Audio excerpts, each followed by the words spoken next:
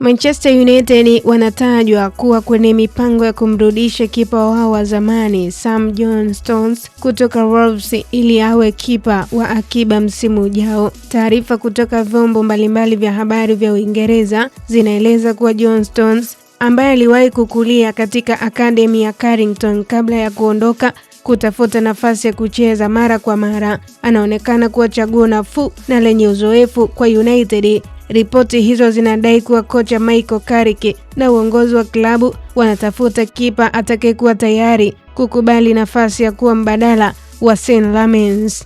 Lamens amekuwa mmoja wa nyota wa msimu baada ya kujiunga na United akitokea Royal Antwerp kwa ada iliyokadiriwa kufikia pauni milioni 18.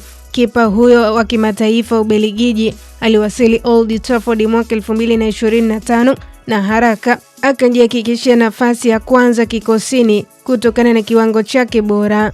Uongozi wa United ulimsajili kufuatia wasiwasi uliokuwepo kuhusu makipa waliokuwepo wakati huo, huku Lamens akionekana kuwa suluhisho la muda mrefu langoni mwa klabu hiyo.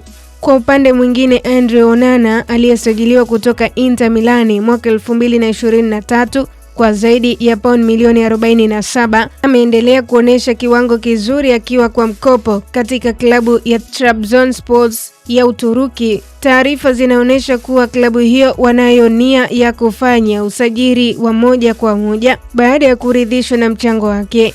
Hali hiyo imeongeza uwezekano wa United kumuuza kipa huyo wa Kameruni dirisha hili la usajili, jambo ambalo litafungua nafasi ya kuhitaji kipa mwingine wa akiba nyuma ya Lamens. Aidha, mustakabali wa Italy Binder nao unaonekana kutokuwa wazi Old Trafford. Kipa huyo wa Uturuki anatajwa kutafuta nafasi ya kuondoka ili kupata dakika zaidi za kucheza, huku Tom Heaton akiendelea kubaki kama chaguo la tatu baada ya kuongeza mkataba wa mwaka mmoja. Kutokana na hali hiyo, kurejea kwa Johnstones kunaweza kuwa suluhisho rahisi kwa United kwa sababu ana uzoefu mkubwa wa ligi kuu England, akiwa amecheza Crystal Palace na Wolves kwa msimu kadhaa.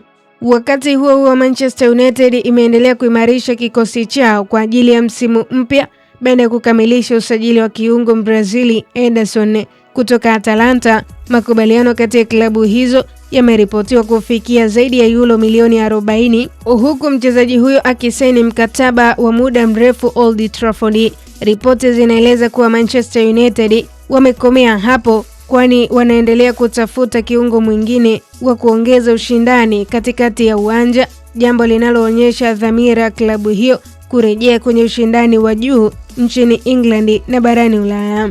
Nikusi mtazamaji, kwa update zaidi za kimichezo kimataifa, endelea kutufuatilia kwenye mitandao yetu ya kijamii Instagram, Facebook na Twitter. Tufollow kama Kasako Media. Mimi naitwa Official Diaga.